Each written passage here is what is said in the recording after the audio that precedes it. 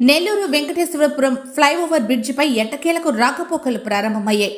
2 నెలల క్రితం bridge slab కూలి గుంట ఏర్పడడంతో అధికారులు రాకపోకలు నిలిపివేశారు. రైల్వే లేన్పై గుంట ఏర్పడడంతో ఇంజనీరింగ్ నిపుణులను పిలిపించి మరమ్మత్తు పనులు చేయించారు. అయితే ఈ పనులు నత్తనడకన సాగడంతో 2 నెలల పాటు ట్రాఫిక్ రాకపోకలకు ఇబ్బందులు తప్పలేదు. బుచ్చిరెడ్డిపాలెం, కోవూరు ప్రాంతాల నుంచి నెల్లూరు నగరానికి రాకపోకలు సాగించేందుకు ఈ బ్రిడ్జి ఎంతో కీలకం.